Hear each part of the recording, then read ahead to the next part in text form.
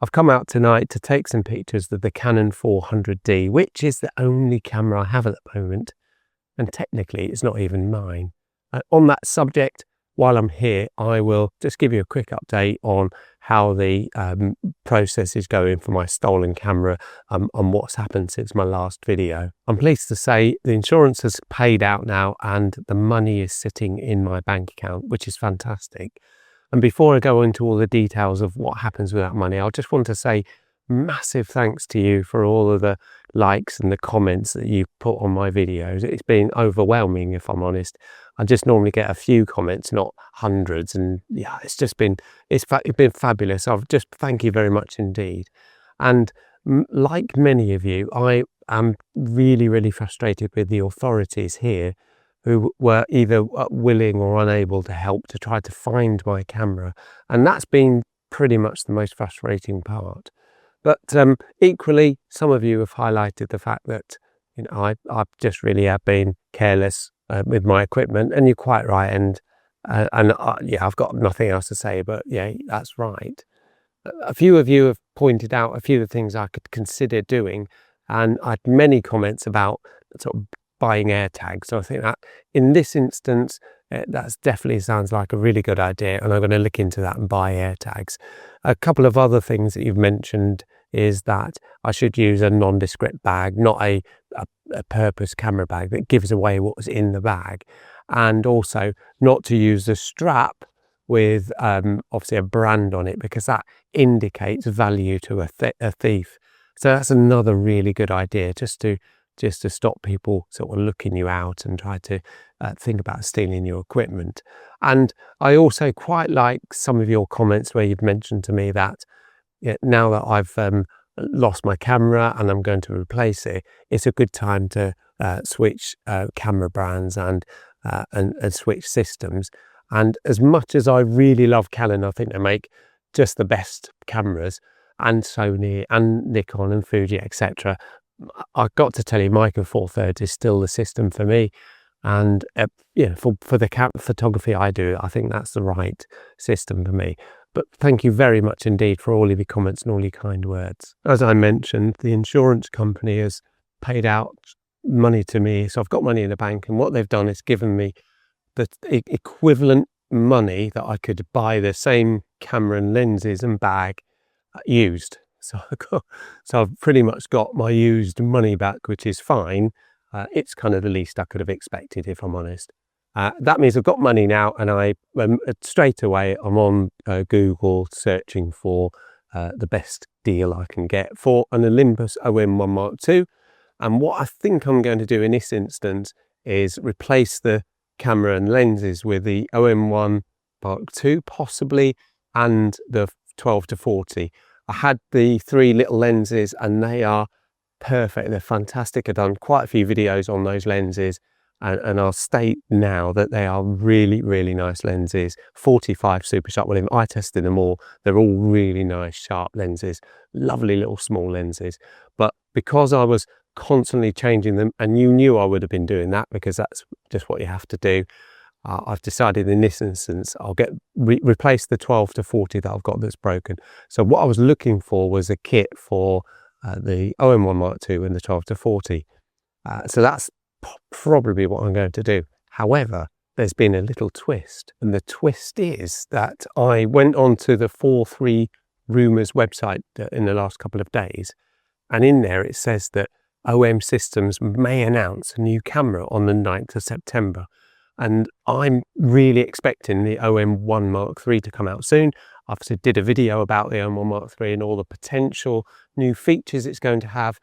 And depending on if that camera is being released on the 9th of September, depending on its features, I might just hold out and wait for the 9th of September before I buy a new camera. And if it comes out, then I might look to buy that camera. I know it will be a bit more expensive. That makes sense. And I might have to put some money towards it, but that's what I think I'm going to do. In the meantime, of course, I've got this Canon, and this will still take super great pictures. So that's what I'm thinking of doing. So I'll buy the whatever that camera is, if it is the OM1 Mark III and the 12-40 lens, and for the first time in many years, I'll have a sort of up-to-date, state-of-the-art camera. So I'm looking forward to that. Come on, let's go for a little walk.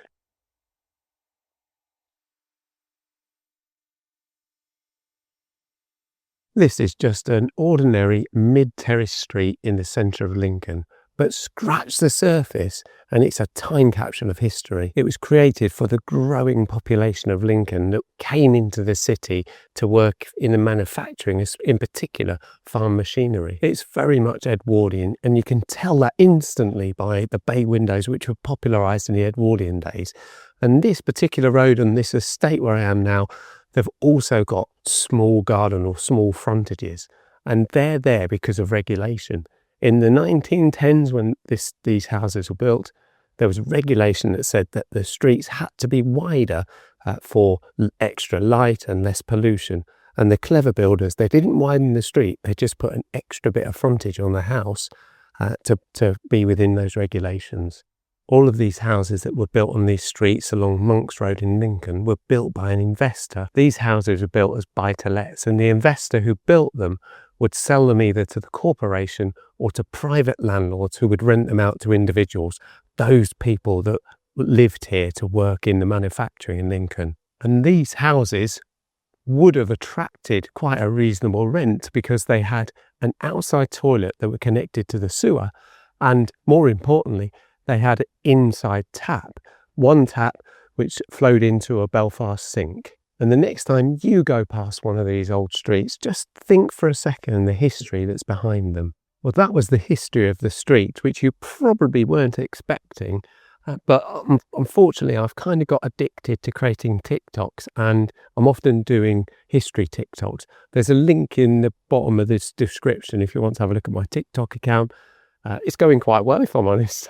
But what I'm going to do now, I've got the Canon 400D on the tripod, and I'm going to go and take a picture of this street, which is effectively going to be a documentary. The light's really fading now, so I don't know how well it's going to come out.